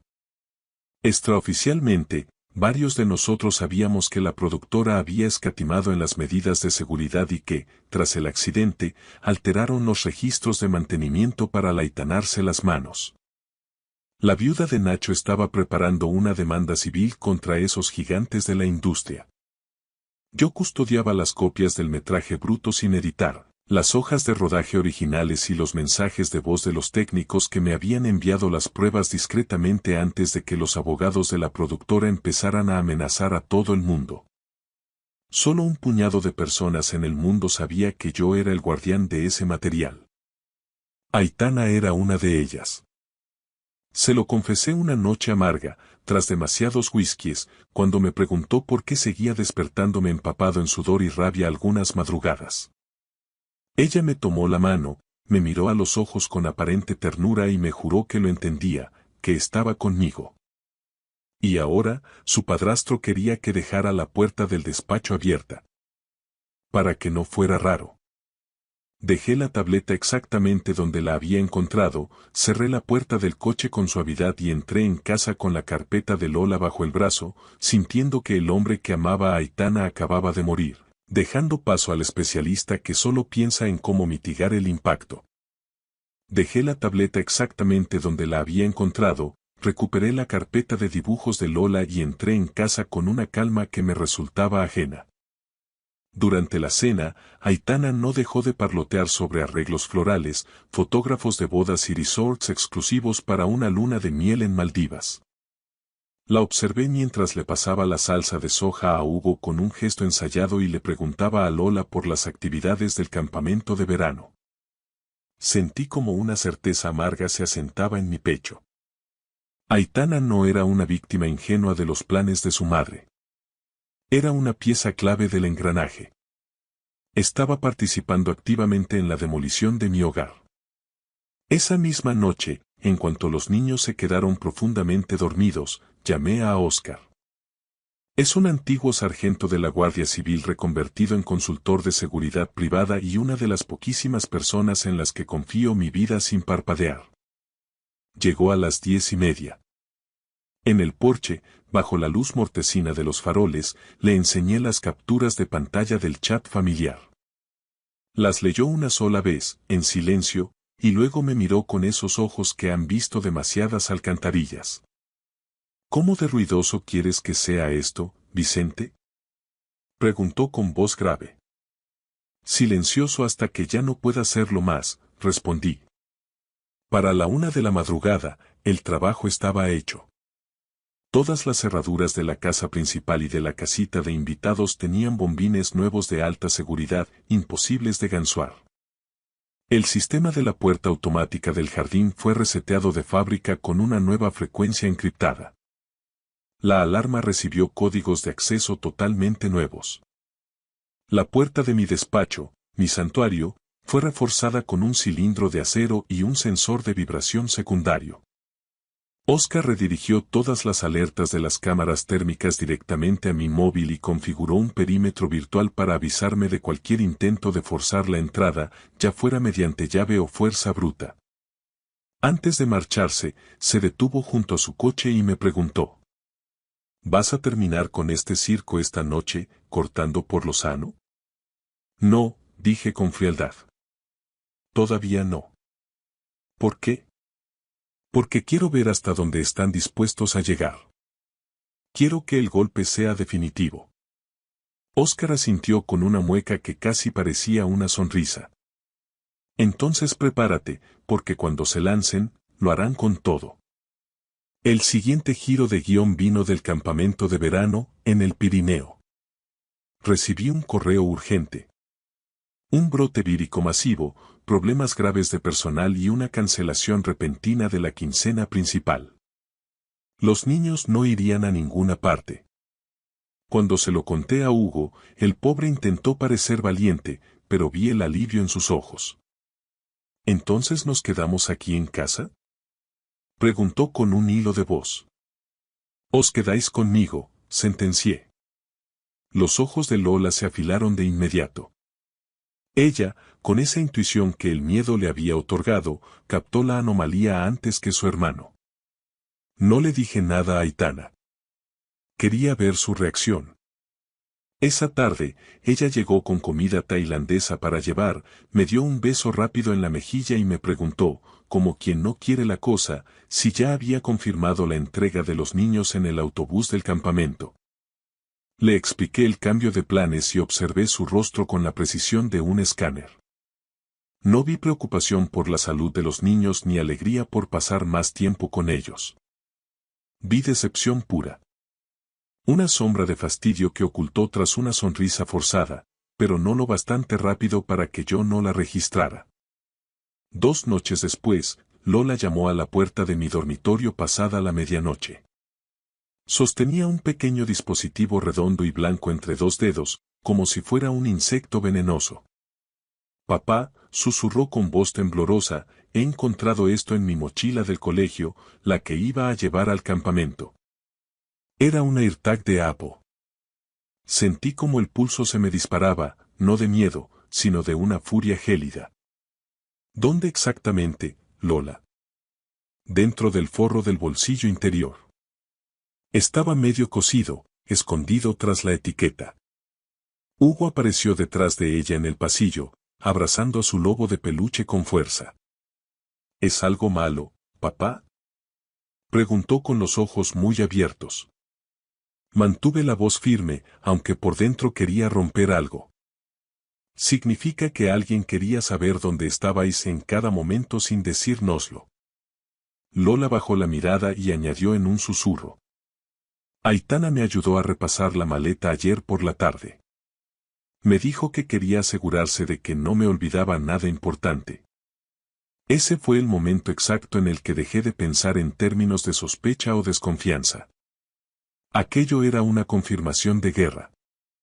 No eran solo mentiras por interés o arrogancia de clase, habían involucrado a mi hija en un plan de rastreo que ella no podía comprender.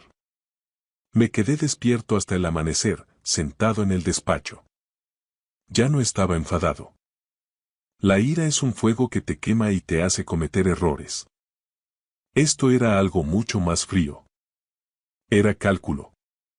A primera hora de la mañana, llamé a mi abogado. La furgoneta de gran tonelaje llegó a las 11:47, en uno de esos días de sol radiante y cegador que hacen que todo parezca demasiado brillante para ser sucio. Aitana bajó del coche que encabezaba la comitiva. Detrás venían Adela, protegida por un sombrero de ala ancha y vestida de lino blanco inmaculado Martín, con su polo de golf rosa y su aire de superioridad, y Borja, con gafas de sol de espejo y una actitud de dueño del mundo. La furgoneta de alquiler iba tan cargada que las suspensiones traseras casi tocaban el asfalto. No venían para una visita de 6 semanas.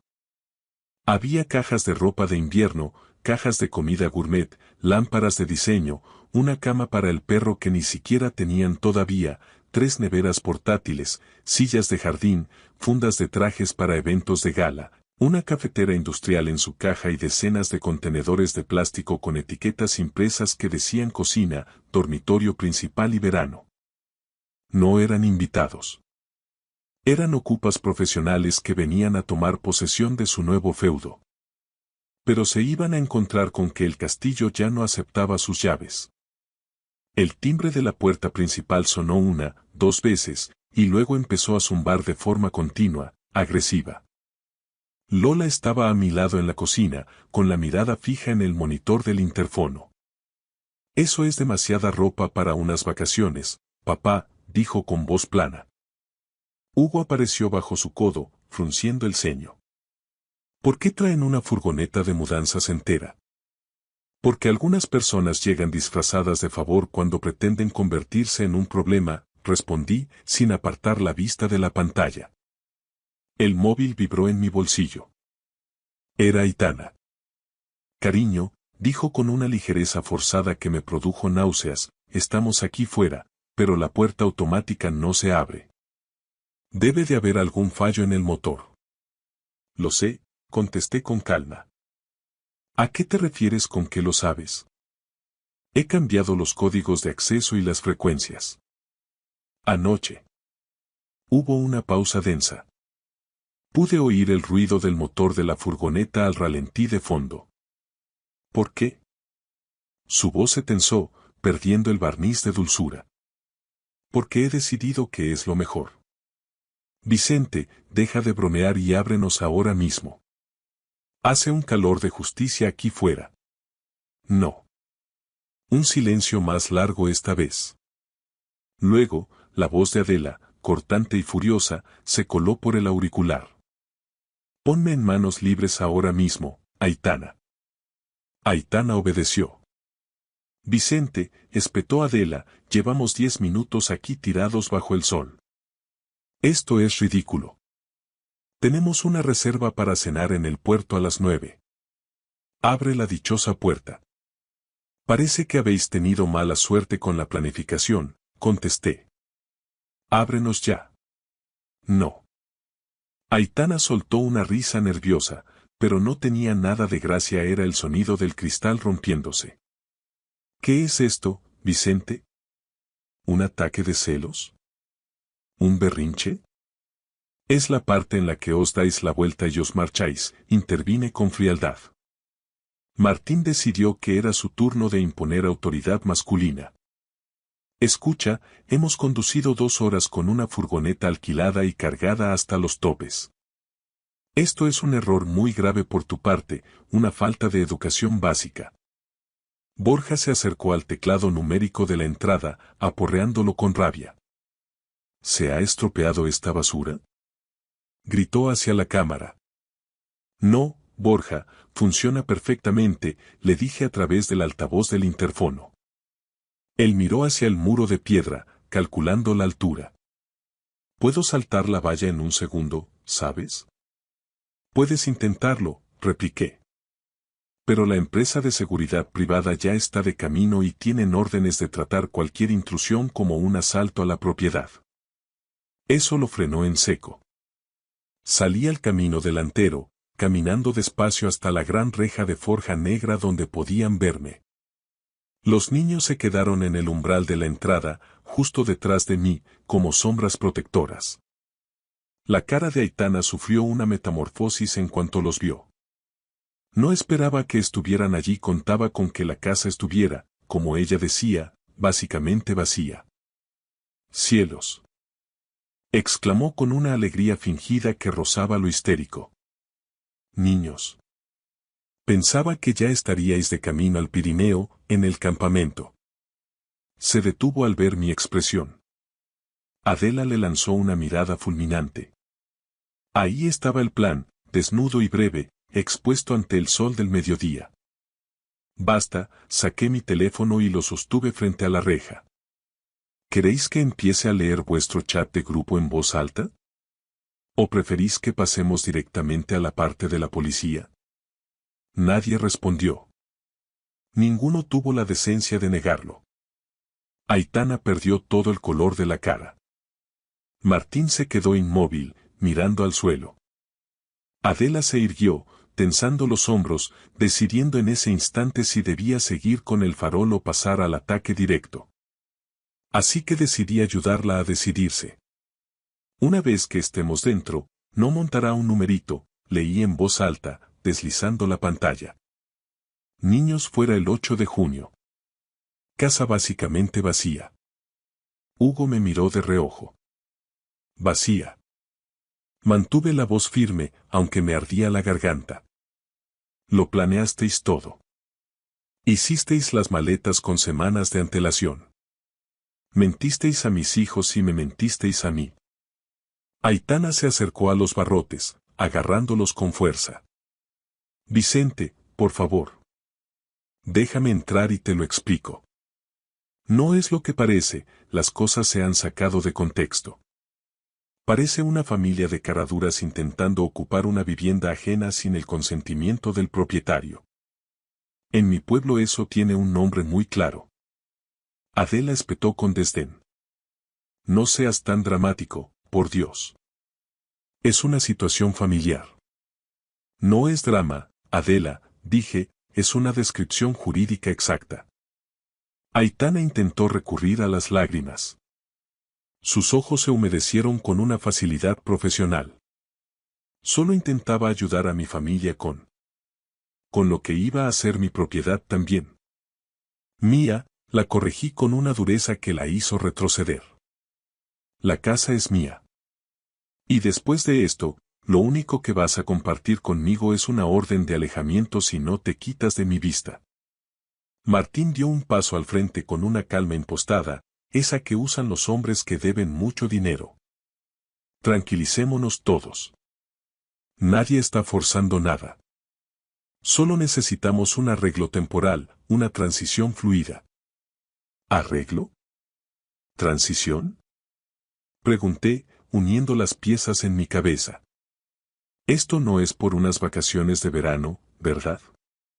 Necesitáis un sitio donde vivir porque no tenéis a dónde ir.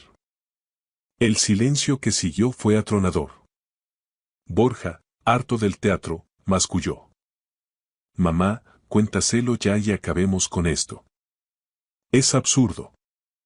Cállate, Borja. Siseó Adela, pero ya era tarde. Miré a Aitana fijamente. ¿Tú lo sabías? ¿Sabías que venían para quedarse indefinidamente?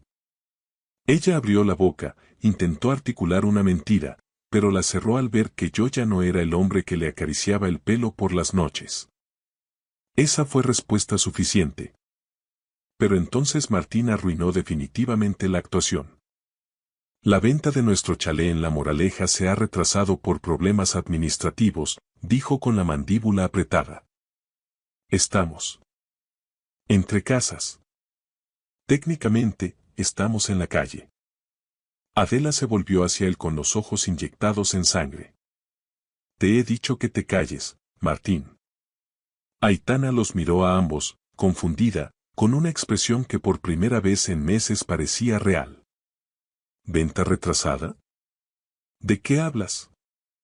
Me dijiste que los trámites de la gestoría eran rutina, que queríais vender para comprar algo más pequeño y viajar. Adela no respondió. Borja soltó una carcajada amarga y seca. No hay trámites de gestoría, Aitana. Lo que hay es una orden de desahucio por ejecución hipotecaria. Perdisteis el chalet hace meses después de que la inversión de papá en aquellas naves industriales saltara por los aires. Y ahora todos actúan como si esto fuera un bonito retiro familiar en la costa, cuando en realidad somos refugiados de lujo buscando un tonto que nos mantenga. Aitana se puso blanca como el papel. Me dijisteis que solo necesitábamos 6 semanas para organizar el traslado al nuevo piso. Susurró, mirando a su madre. Adela levantó la barbilla con una soberbia patética. Y la casa de Vicente era la solución obvia. Él tiene espacio de sobra, dinero y una relación contigo. Era lo más lógico. Ahí estaba la verdad desnuda. Ni amor, ni lazo familiar, ni planes de futuro. Mi hogar era su balsa de salvamento en un naufragio financiero que ellos mismos habían provocado. La paz mental de mis hijos y mi seguridad económica eran simplemente el daño colateral necesario. Y Aitana, tanto si sabía el desastre total como si solo sospechaba una parte, había decidido que yo sería quien absorbiera el golpe. Di un paso más hacia la reja, sintiendo el peso de mis hijos a mi espalda. No. Solo eso. Sin discursos de abogado, sin gritos innecesarios. Solo un no rotundo que rebotó en las paredes de piedra. Aitana apretó las palmas contra los barrotes, desesperada. Vicente, te juro que no lo sabía todo. Me ocultaron la gravedad de la situación. Pensé que una vez que nos casáramos, todo sería más fácil de gestionar. Me reí entonces, una risa corta y amarga que me dolió en el pecho. Exactamente. Pensaste que el matrimonio convertiría el robo en gananciales. Pensaste que una firma ante notario me obligaría a cargar con vuestras deudas y vuestras mentiras. Ella se estremeció como si la hubiera golpeado. Adela recuperó el habla con un último rastro de veneno. Esto es de una crueldad innecesaria, Vicente. Somos familia, o casi. No. Cruel es llamar a la casa de un niño vacía solo porque quieres adueñarte de su piscina y de su techo para tapar vuestros fracasos. Los niños no decían nada, pero su silencio era más pesado que cualquier reproche. Entonces Lola habló, con una voz calmada que me llenó de orgullo y de tristeza a la vez. Pusiste un rastreador en mi mochila, Aitana. Me engañaste. Aitana parecía físicamente destrozada ahora. Eso fue por vuestra seguridad, Lola. Para saber que estabais bien en el campamento. No me lo dijiste, replicó la niña. No confías en nosotros. Solo querías vigilarnos. La vocecita de Hugo la siguió, cargada de una lógica infantil demoledora. Querías que nos marcháramos de nuestra propia casa para estar tú aquí con ellos. Aitana empezó a llorar de verdad. Lágrimas de quien se da cuenta de que ha perdido la partida y el tablero ha saltado por los aires. Demasiado tarde. Miré a la cámara de seguridad sobre la puerta y supe que Oscar, aparcado discretamente calle abajo, lo estaba grabando todo para el informe legal. Apareció en la esquina del encuadre en el momento justo, con el móvil en la mano y una actitud profesional. Todo documentado, Vicente. Tengo las matrículas y las grabaciones de audio, gritó. Gracias, Oscar, dije. Borja se alejó del muro, derrotado. Martín soltó un juramento entre dientes y se dirigió a la furgoneta. Adela siseó. Sube al coche, Aitana. No te rebajes más. Pero Aitana no se movía. Se quedó allí, pegada a la reja de la que un día pensó tener las llaves. Por favor, dejadme hablar con los niños. Vicente, por favor. Lola respondió por sí misma, con una firmeza que cerró cualquier puerta posible. No quiero hablar contigo. Vámonos dentro, papá.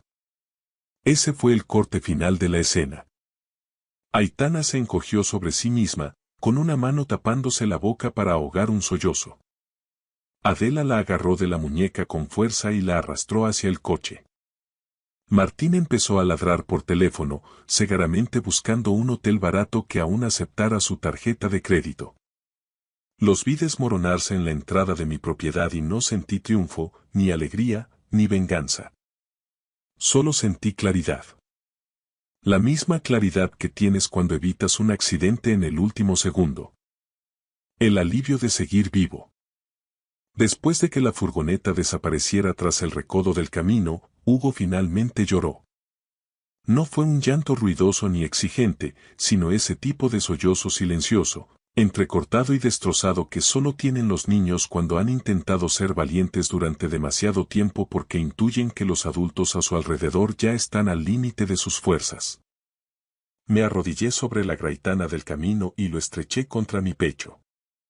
Lola se quedó a nuestro lado, rígida como una estatua de sal, con la mandíbula apretada y la mirada furiosa, luchando por contener un temblor que le recorría todo el cuerpo. Lo siento, de verdad que lo siento, les dije a ambos, con la voz quebrada.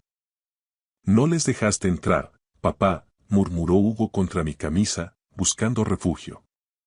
Nunca, Hugo. Jamás. Lola me clavó sus ojos afilados, buscando una verdad que no fuera dolorosa. ¿De verdad te ibas a casar con ella? Preguntó con una madurez que me heló la sangre. Respiré hondo, dejando que el aire caliente del mediodía llenara mis pulmones. Sí, Lola. Iba a hacerlo. ¿Por qué?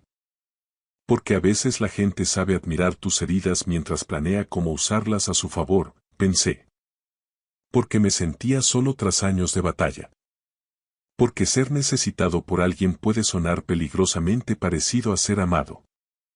Pero, en su lugar, elegí la honestidad más cruda. Porque me equivoqué. Cometí un error de cálculo. Ella lo consideró en silencio durante un segundo eterno y asintió una sola vez. Vale.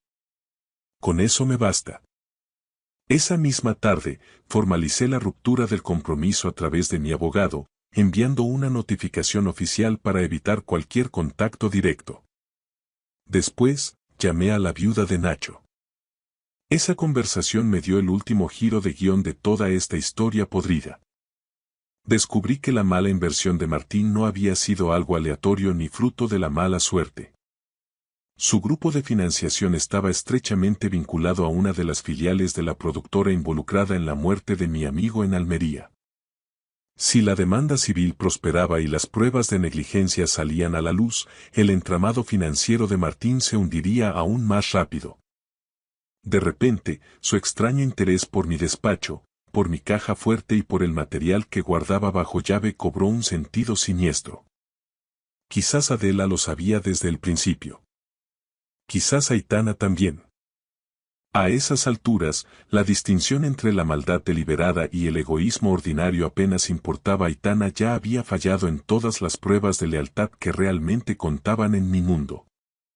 Semanas después, el equipo legal de Julia Fuertes vino a casa para recoger las copias de seguridad de todo el material que yo custodiaba. Los brutos de cámara, los correos internos y las pruebas de la manipulación de los vehículos. Se los entregué con una satisfacción helada. Si Martín y su clan pensaban que mi hogar era un flanco débil por el que entrar para hacer desaparecer pruebas comprometedoras, se habían topado con el muro equivocado. No pasas 15 años en el cine de acción, lidiando con contratos y seguros, sin aprender a proteger la cadena de custodia tras un accidente. Demasiados compañeros muertos terminan siendo olvidados o reescritos por productoras con mejores abogados que escrúpulos. El verano cambió drásticamente después de aquel asedio fallido. Como el campamento se había cancelado, decidí rechazar 2 rodajes en el extranjero y me quedé en casa. Lola convirtió la frustración en arte y pintó un mural inmenso en la pared principal de la casa de invitados. Un cielo del desierto de tabernas de un rosa casi irreal, con montañas negras recortadas y zorros ocultos entre la maleza. Hugo, por su parte, construyó pistas de obstáculos demenciales usando churros de piscina, sillas plegables y cinta aislante. Me exigía que las recorriera cronómetro en mano, como si estuviera entrenando para la secuencia de acción más importante de mi carrera. Aprendimos a hacer masa de pizza desde cero, manchando toda la cocina de harina. Montamos a caballo al amanecer por el barranco, disfrutando del silencio de la sierra. Vimos viejas películas de cine negro durante las olas de calor y dormimos con las ventanas abiertas de par en par, confiando de nuevo en el sonido de los grillos y el zumbido suave del filtro de la piscina. La casa se sentía diferente. No era más grande, pero se sentía inexpugnable. Una tarde, mientras merendábamos tortitas en la terraza, Hugo miró a su alrededor con una sonrisa tranquila. Todavía se siente como si fuera nuestra, ¿verdad? Dejé mi café sobre la mesa y le puse una mano en el hombro. Es que es nuestra, Hugo. Solo nuestra. Lola me observó un segundo y luego esbozó la más mínima sonrisa. Eso era todo el reconocimiento que necesitaba en esta vida. Meses más tarde, coincidí con Aitana por casualidad en el bar de un hotel de Madrid, tras una mesa redonda sobre seguridad laboral en la industria cinematográfica. Se veía cansada de una forma extrañamente hermosa. Serena por fuera, impecable como siempre, pero rota por dentro. Al verme, pronunció mi nombre en un susurro. Me detuve, no por nostalgia, sino por cortesía. Te envié aquella nota porque lo sentía de verdad, dijo. Yo la había recibido a través de mi abogado semanas antes. 3 páginas de disculpas, confesiones a medias y una frase que se me había quedado grabada. Seguía diciéndome a mí misma que el egoísmo temporal no era una traición real. Lo sé, respondí escuetamente. Ella tragó saliva, evitando mi mirada. Me enteré mucho más tarde de que mi madre había consultado a un abogado experto en arrendamientos para saber qué se necesitaba para acreditar una residencia habitual y dificultar un desahucio. Te juro que no sabía que ella había llegado tan lejos. ¿Y me habrías detenido si lo hubieras sabido, Aitana? Se quedó callada el tiempo suficiente para que la honestidad, por fin, hiciera acto de presencia entre nosotros. No lo suficientemente pronto, admitió con amargura.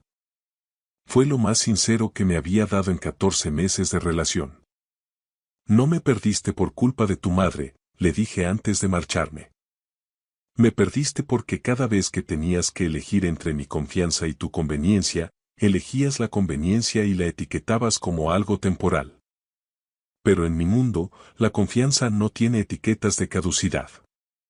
Sus ojos se llenaron de lágrimas, pero ya no tenían poder sobre mí. Tienes razón, susurró. Y eso fue todo. Sin reencuentros dramáticos bajo la lluvia, sin segundas oportunidades imposibles, sin un último beso de despedida. Solo una mujer entendiendo, demasiado tarde, que el daño no se vuelve más pequeño ni más perdonable porque tuvieras la intención de explicarlo después de haberlo causado. Para cuando llegó la primavera, Hugo había dejado de revisar obsesivamente los cierres de las ventanas antes de acostarse. Lola me pidió su propio código de acceso para la puerta automática y, cuando se lo entregué, parecía más orgullosa que si le hubiera dado las llaves de un coche de lujo. La viuda de Nacho llegó a un acuerdo millonario en su caso de negligencia. 2 ejecutivos de la productora dimitieron discretamente. El grupo de inversión de Martín quebró definitivamente, llevándose por delante lo poco que les quedaba. Adela se mudó a un piso mucho más pequeño en una zona menos glamurosa y le decía a todo el mundo que era una decisión minimalista intencionada. Borja desapareció en alguna ciudad costera, donde los hombres de su estirpe siempre piensan que la suerte volverá a sonreírles sin haber trabajado jamás por ella. Y yo me quedé con mi casa. Pero, lo que es mucho más importante, mantuve la promesa que les hice a mis hijos.